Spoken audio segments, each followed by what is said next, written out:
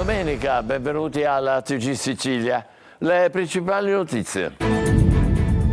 Catania si mobilita per la corsa del ricordo, per non dimenticare l'orrore delle foibe, una delle pagine più dolorose della nostra storia recente. 31 anni fa l'omicidio mafioso di Don Puglisi, Palermo commemora il beato martire. Il suo quartiere, Brancaccio, adesso è cambiato grazie anche al centro Padre Nostro, fondato proprio dal sacerdote. A Palermo presidio fisso delle forze di polizia in via Decollati, dove per 4 volte sono state cacciate via con lanci di sassi e pure una molotov le famiglie assegnatarie di un immobile confiscato alla mafia. L'emergenza idrica diventa protesta sociale, a Enna bollette strappate contro l'ennesimo razionamento d'acqua che adesso arriva ogni 6 giorni e nuove contestazioni si preparano anche a Troina e Nicosia. Il sindaco di San Cataldo, nel Nisseno, minaccia di chiudere le scuole. Musica, le eccellenze nazionali e internazionali del jazz riunite da Mario Biondi in una serata speciale al Teatro Antico di Taormina, straordinaria partecipazione di pubblico. Arte, la Maddalena e la Vestale, capolavori della scultura di Canova, in mostra a Palermo. Palazzo dei Normanni accoglie le opere di Brera. Calcio, in Serie B il Palermo riserva la prima amarezza stagionale alla Juve Stabia. Rosanero che vincono, scalano la classifica e imprimono la prima accelerata al loro campionato. Serie C, Catania bloccato al Massimino sullo 0-0 da un ottimo Picerno, ma i rossazzurri reclamano per 2 rigori non fischiati. Il Messina soccombe a Crotone.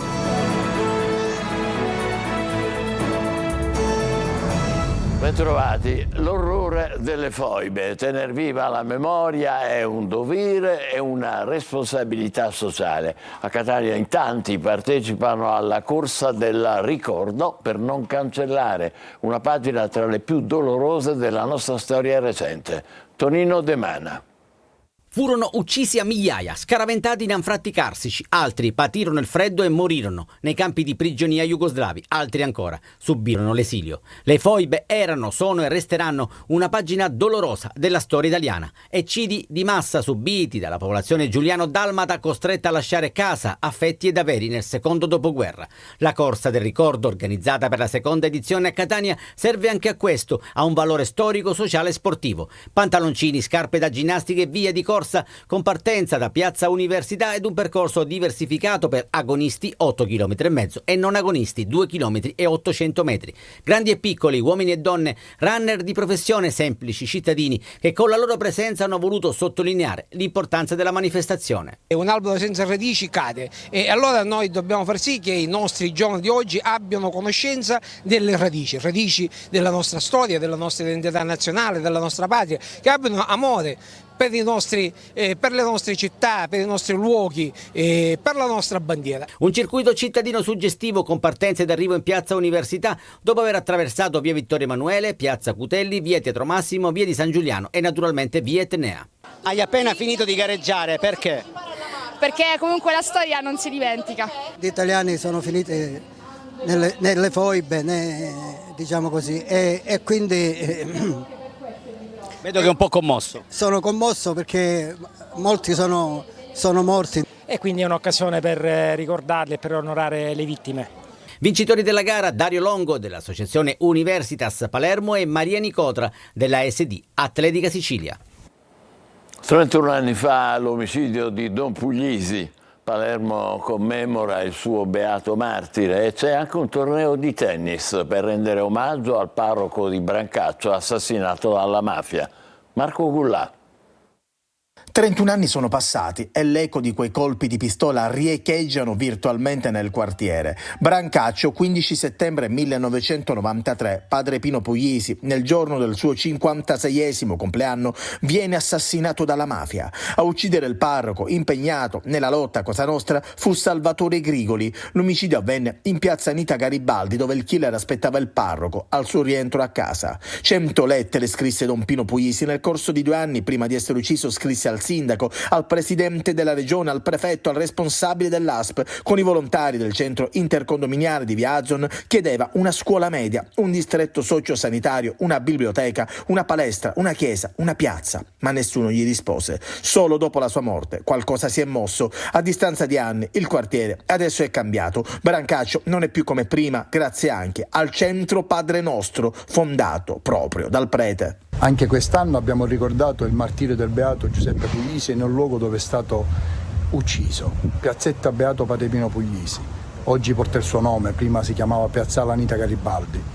Salvo Piparo ha fatto incrociare le vite di Padre Pino Puglisi con Santa Rosalia. E per ricordare Don Pino, tante iniziative, anche un torneo di tennis in sua memoria. Ce lo sentiamo vicinissimi, Padre Puglisi, ci sentiamo osservati, è da lì su che ci guarda e stiamo facendo il suo lavoro che ha fatto per tanti anni qui. Il 31esimo anniversario della tragica uccisione di Padre Puglisi ci riporta alla memoria il sacrificio di un uomo che ha dedicato la sua vita alla lotta contro la mafia e alla difesa dei valori della giustizia e della dignità umana, ha invece detto il governatore Renato Schifani. Processo Open Arms a Palermo ha avuto un effetto dirompente nel mondo della politica e non solo, la richiesta del pubblico ministero di 6 anni di reclusione per Matteo Salvini, accusato di sequestro di persona e rifiuto d'atti d'ufficio, per avere impedito, 5 anni fa, quando era ministro dell'interno del governo Conte, lo sbarco a Lampedusa di 147 migranti che erano a bordo di una ONG spagnola.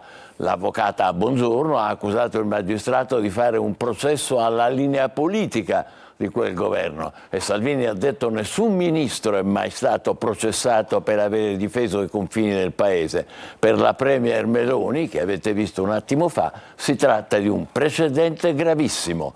Replica dell'Associazione Magistrati di Palermo, secondo cui nei confronti della pubblica accusa vengono rivolte insinuazioni e reazioni scomposte anche da parte di esponenti politici e di governo. Per il 18 ottobre è atteso l'intervento della difesa e Salvini sarà in aula entro la fine dell'anno la sentenza. I viaggi della speranza dal Nord Africa verso la Sicilia pubblicizzati e venduti dagli scafisti attraverso i social. Lo ha scoperto la polizia del Servizio Centrale Operativo in una lunga indagine coordinata dalla Procura di Palermo che ha portato alla chiusura di 1000 pagine, gruppi e profili dei trafficanti. Maglio Viola. I trafficanti di uomini non hanno più scrupoli e neanche pudore, tanto che i viaggi della speranza si vendevano sui social, attraverso vere e proprie pagine pubblicitarie, gruppi o profili, soprattutto su Facebook, con tanto di sconti per donne e minori se viaggiavano con il padre di famiglia. Lo ha scoperto la polizia in un'indagine coordinata dalla Procura di Palermo che ha portato alla chiusura di 1 migliaio di pagine nelle quali le rotte dei migranti erano pubblicizzate come viaggi di lusso più che della speranza. Si tratta in particolare di profili che agivano come vere e proprie agenzie di viaggio, proponendo pacchetti, sconti per famiglie e anche varie classi per i viaggi, facendo credere che alcuni servizi più costosi fossero anche più sicuri.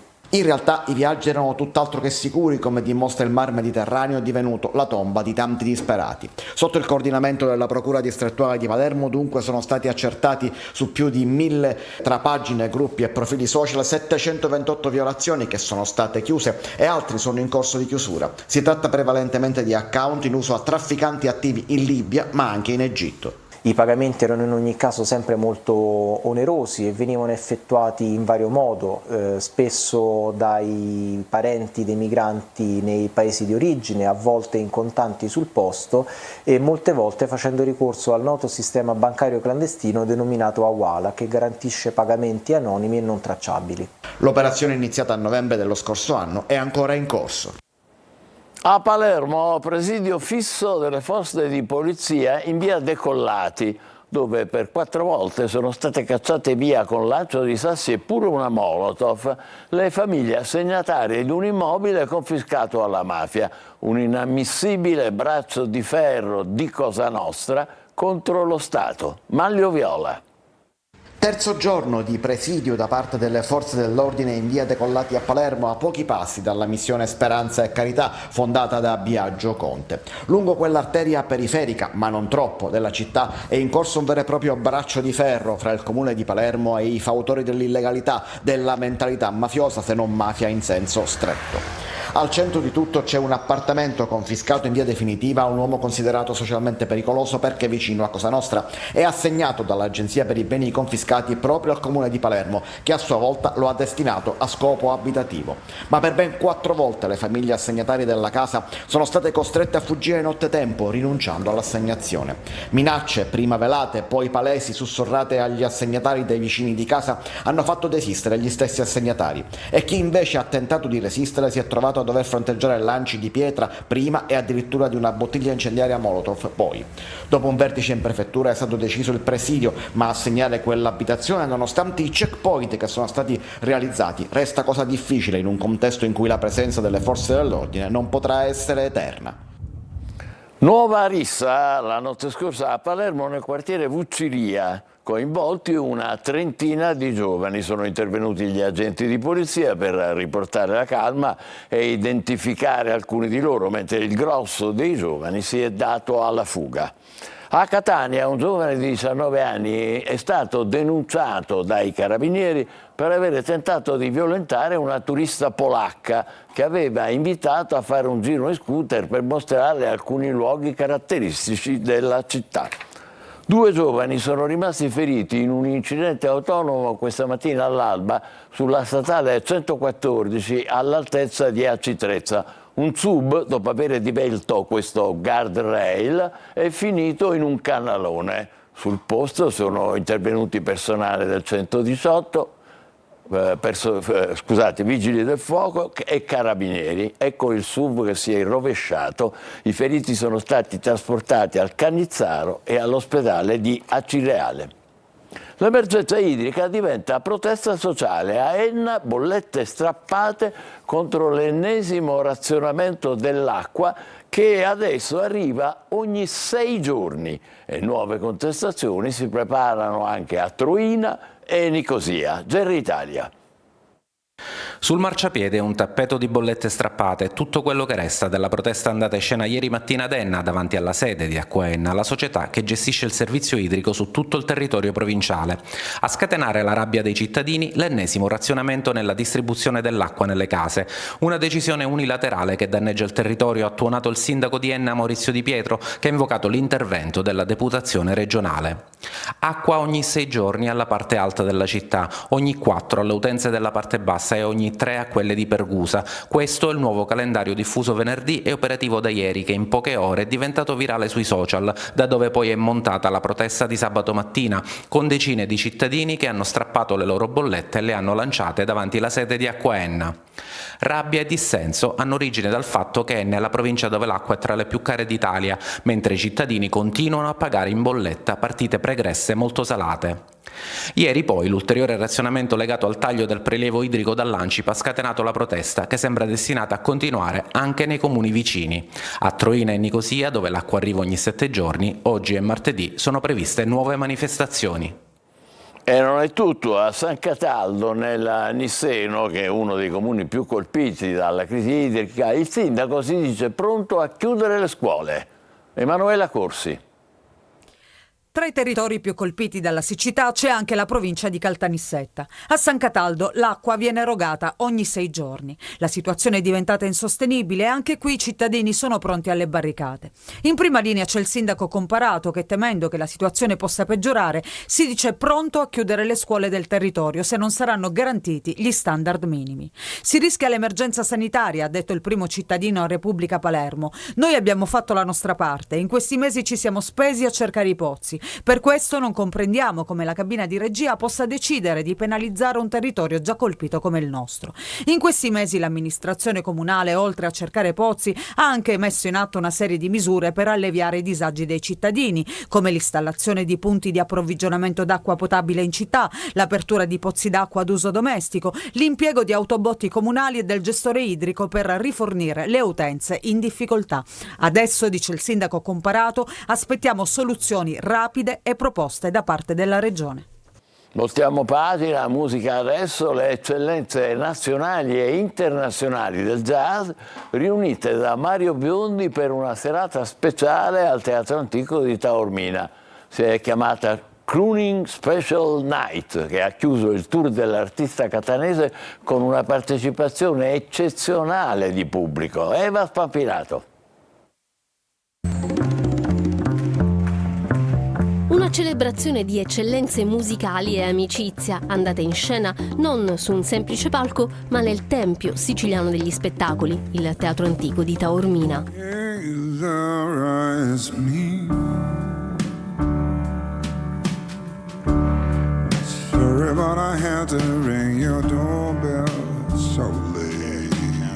Ecco cosa ha pensato, ideato e realizzato ieri sera Mario Biondi per il concerto di chiusura del suo tour internazionale, Crooning Special Night, un omaggio alla musica jazz e soul con uno stuolo di guest star internazionali e nazionali di altissimo livello.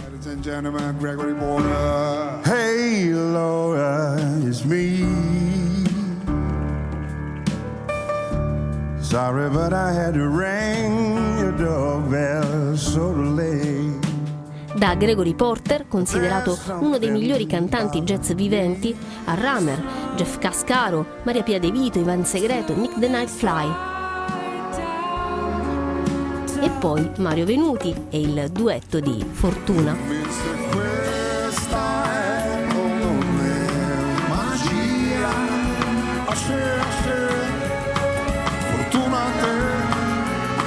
Il crooner catanese, considerato l'erede naturale dei mostri sacri della musica nera, si è mosso sul palco con la naturalezza di chi torna a casa, suona con i compagni di una vita, che sono anche artisti di una bravura spropositata, e parla ad un pubblico pieno di amici. La tromba di Fabrizio Bosso ha accompagnato l'iconica This Is What You Are.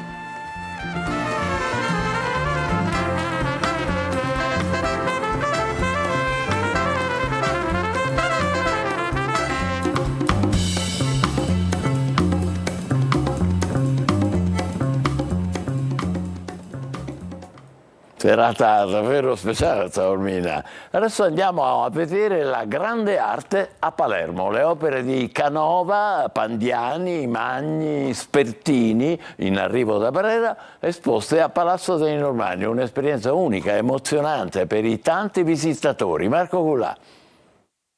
Una collaborazione storica tra la Fondazione Federico II e la Pinacoteca di Brera, grazie alla quale sarà possibile ammirare alcuni capolavori scultorei di Canova, Pandiani, Magni e Spertini. È la prima volta dopo 122 anni che le opere si spostano da Milano e allora entrare nella meravigliosa sala dei venti a Palazzo dei Normanni diventa un'esperienza mistica. Eccola qui, la Maddalena penitente di Antonio Canova, un'opera di straordinaria bellezza, terminata nel 1796 e considerata uno dei capolavori della prima maturità dell'artista. L'artista identifica la protagonista della sua opera con la peccatrice di cui Luca narra nel suo Vangelo. Infatti la donna appare come una fedele trascrizione del testo evangelico. Di Canova troviamo anche il ritratto di una vestale, di cui è esposta anche una replica fruibile ai non vedenti che guarda sopra pensiero con i suoi tratti eleganti. Ma l'apoteosi estetica si raggiunge anche in un'altra sala degli appartamenti reali, la sala pompeiana, dove troviamo Egle al Fonte, opera di Giovanni Pandiani.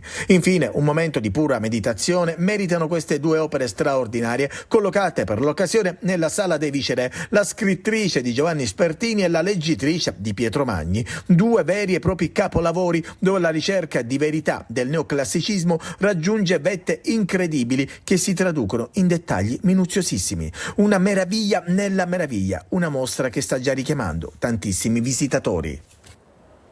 Davvero, meraviglia, Palazzo dei Normanni a Palermo. Facciamo pausa, tra poco il calcio con la vittoria del Palermo sulla Juve Stabia e il pari del Catania con il Picerno. State con noi, vi aspettiamo.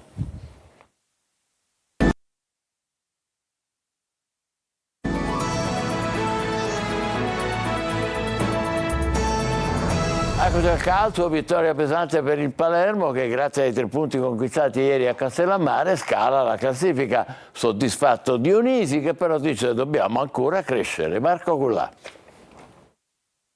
Arriva la seconda vittoria in campionato per il Palermo, un successo che cambia in parte anche il trend iniziale dei rosanero, che nelle ultime 3 partite hanno collezionato 7 punti. Non male. A Castellammare contro la Juve Stabia il Palermo vince e convince. 3-1 è una prova di grande maturità anche nella gestione del risultato. A siglare il vantaggio del Palermo ci ha pensato Segre, poi è arrivato anche il raddoppio di Henry al suo primo gol in rosanero. Era una partita molto difficile contro una squadra piena di entusiasmo e era importante di essere, abbiamo dimostrato che siamo una vera squadra. Della ripresa il Palermo ha abbassato il baricentro, la Juve Stabia è tornata in partita con questo gol di Adorante, ma la mossa di Dionisi di inserire Brunoli si è rivelata azzeccata. Il capitano rosanero trova e trasforma il rigore del 3-1. Se analizzo tutto, positiva, molto positiva come squadra. Poi se prendo i vari momenti della partita potevamo essere più bravi con palla dopo l'1-0, con palla all'inizio del secondo tempo, però c'è anche del merito degli avversari. Bene di Francesco, autore di un grande assist Henry. Il Palermo cresce e adesso spera anche di trovare il primo successo in casa, ovvero sabato contro il Cesena. Il Catania non spicca il volo, finisce 0-0 con il Picerno, ma il pareggio contro una squadra rodata dimostra che i rossazzurri possono andare lontano. POC, le occasioni limpide, un paio di rigori, per i lucani e 2 rigori reclamati dagli etnei. Marco Galli. Un punto, qualche difficoltà in più rispetto alle ultime partite, ma di fronte c'era un avversario ostico e con un'identità precisa, come il Picerno, che non ha strapazzato Avellino e Trapani per caso. Il Catania in uno 0-0 alla fine giusto costruisce qualcosa, ma i lucani, che colpiscono anche un palo con Franco, fanno girare la palla, accettano la pressione e provano a lavorare fra le linee.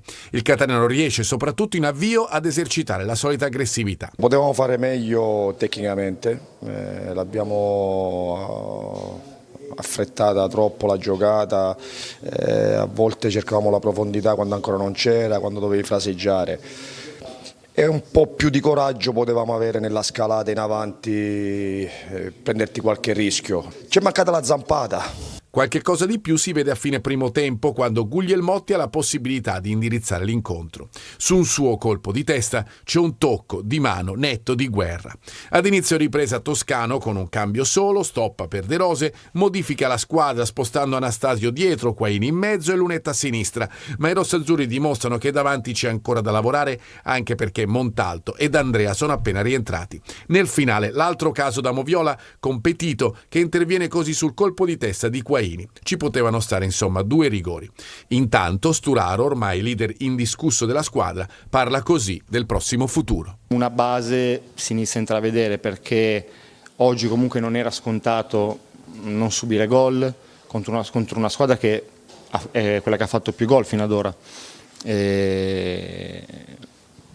Diciamo che i presupposti per fare bene ci sono, poi quanto bene dipenderà da noi. Sconfitta per 2-0 del Messina ieri sera a Crotone, è il secondo KO consecutivo in trasferta per la formazione di Modica. Sergio Colosi. 2-0 a Crotone come a Cerignola, secondo KO consecutivo in trasferta per il Messina, terzo Coppa Italia compresa. La squadra di Modica non si ritrova lontano dal Francoscoglio, dove non ha ancora segnato e conquistato punti, e la conferma è arrivata a Lezio Scida. Crotone timido e ancora ferito dalla sconfitta contro il Trapani, ma basta poco per capire che il Messina formato esterno è un altro avversario rispetto ai 4 gol con il Taranto. Dominio netto ma sterile dei rossoblù fino al minuto 18. A difesa schierata e immobile, Spina lavora per Silva, favorito dal velo del rientrante Gomez, e smarca Ovizac, che batte Curtosi di potenza e precisione, ripagando la fiducia di Longo. Dall'altra parte non c'è Frisenna, le novità sono Petrungaro e Salvo, escluso Ortisi. Il Messina ci prova con tiri dalla distanza. Petrungaro, il più attivo, sfiora il palo, Pedicillo alza la mira. Il Crotone si abbassa anche nella ripresa, ma i giallorossi non incidono. La difesa ospite invece soffre i tagli di spina per Ovizak, che va vicino al 2-0 negato da Curtosi. Partita chiusa anche per i numeri al minuto 27. Il sinistro a giro del brasiliano Silva accarezza il palo prima di finire la sua corsa in rete. Un Messina vulnerabile e fragile lascia Crotone con minori certezze rispetto alla gara vinta contro il Taranto. Prima di chiudere vi ricordo che da domani su questa rete riprenderà Buongiorno Sicilia, tutti i giorni dal lunedì al venerdì, notizie, ospiti, rassegna stampa dalle 8 alle 9:30. Bene, grazie per essere stati con noi, ancora buona domenica.